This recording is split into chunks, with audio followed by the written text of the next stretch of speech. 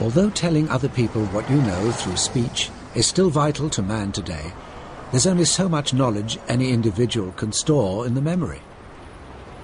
Yeah, I don't know whether there's one up there. It's another road. So it's not by the Lecky up by that way, is it? Oh yeah, down there, yeah. See that red building? And no one person can know everything.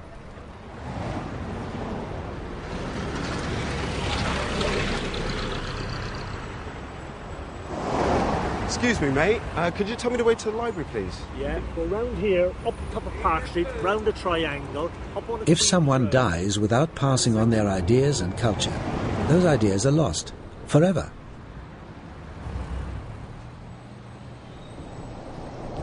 Unless, of course, they've been written down.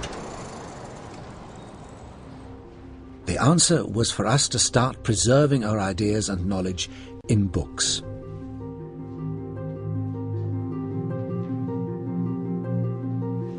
Cultural evolution could now accelerate further.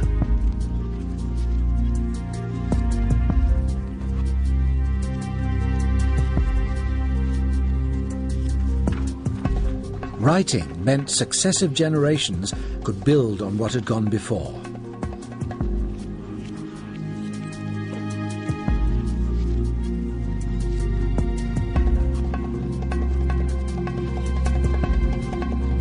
No one could remember how to make a space rocket, but once it's written down, that information is accessible to many others. For 2,500 years, we saved our precious culture in our books. But the amount of knowledge accessible through a computer adds up to all the books in all the libraries in all the world. In the age of the internet, anyone, anywhere can tap into this vast central fund.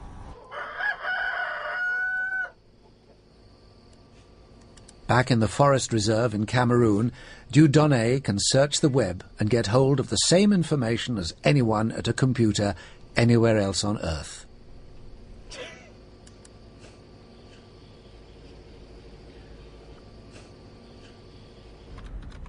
And it's fast. A picture can be sent halfway around the world in seconds.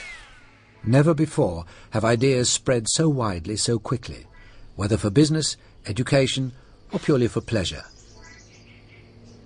Computers are now the core of modern culture.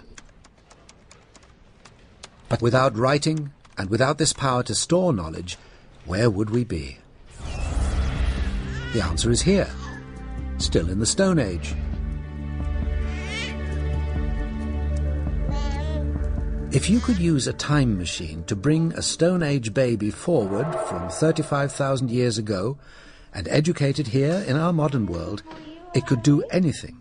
Become an airline pilot, doctor, even president. By the Stone Age, people were just as intelligent as us. And if a 21st century baby was sent back 35,000 years, it would be no more advanced than the people who lived then. Strip away our technology, and underneath we're all still cavemen. That's because our genes haven't changed since the Stone Age. Both babies would have the same genetic makeup. But just suppose both babies were unlucky and were born with a serious genetic disease. In the past, this baby would have died. His defective gene would not have been passed on. It was, after all, survival of the fittest. Today, though, modern medicine is so advanced that many of us can live on despite our problem genes.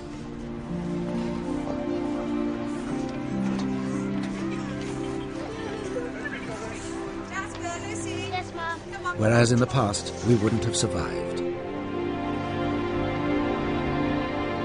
And that's affecting human evolution as a whole.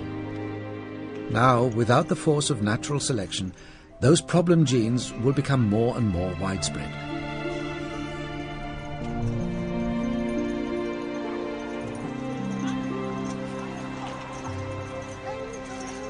Fortunately, though, our most important evolutionary strong point, our big brain, may have come up with a solution. genetic engineering. In as little as 10 years from now, we may be able to alter our children's genes before they're born. We now know which genes are involved in some 5,000 illnesses. Scientists believe they'll soon be able to manipulate these genes in a fertilized embryo.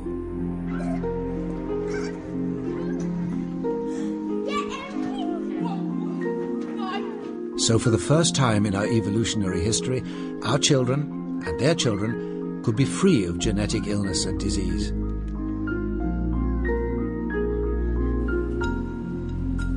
And remember, cultural evolution works faster and faster and faster.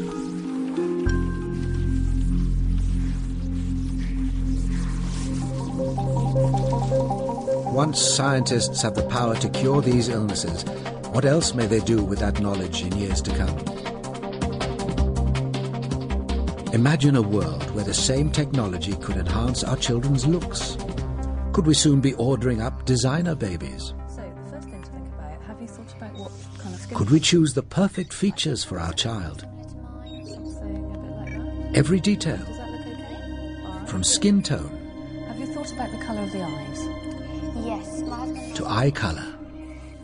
Can we have blue? And have you thought about to really see the features of the No more nose jobs Have you thought about the mouth, the shape? and no more plastic surgery. Yeah, quite full lips, I think. Thought. That's great. Yeah, happy with that? And what about their brain power? Well, there she is. She looks like she's going to be a beautiful girl. Our offspring could turn out much more intelligent than us, much younger.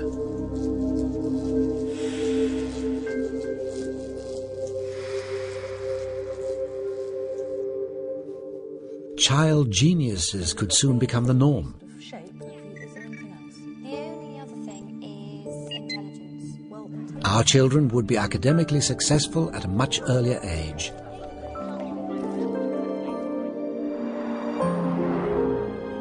And make complex modern technology look like child's play.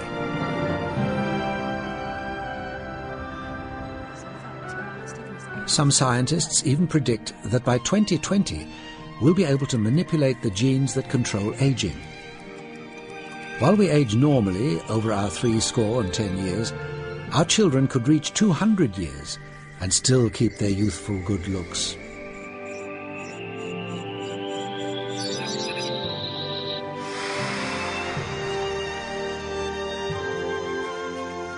We've come a long way from the chimps. Amazing, considering there's only that crucial 1% difference in our genes.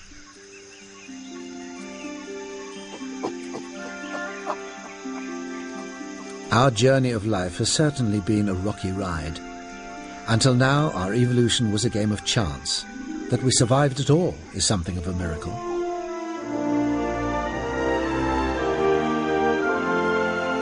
No one can really know for sure how much further away from chimps we'll go.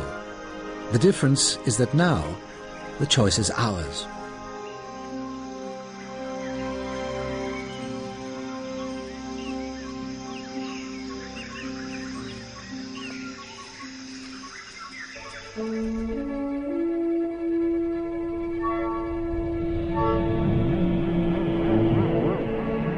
So what might that space-age biologist find if he came back to Earth in the future? If he examined apes again, he might get quite a surprise.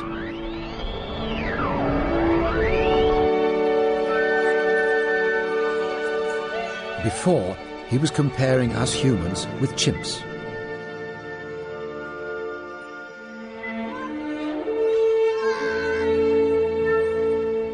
But if he now looked at the chimps and at the average unmodified person of today, then at the new super Homo sapiens of the future, he might well see a greater difference between a present-day human and the superhuman than he previously saw between the present-day human and the chimps. For the first time in the history of life, we can control our own evolution. Whether we choose to or not, we now have the knowledge and power to determine our biological future, our own journey of life.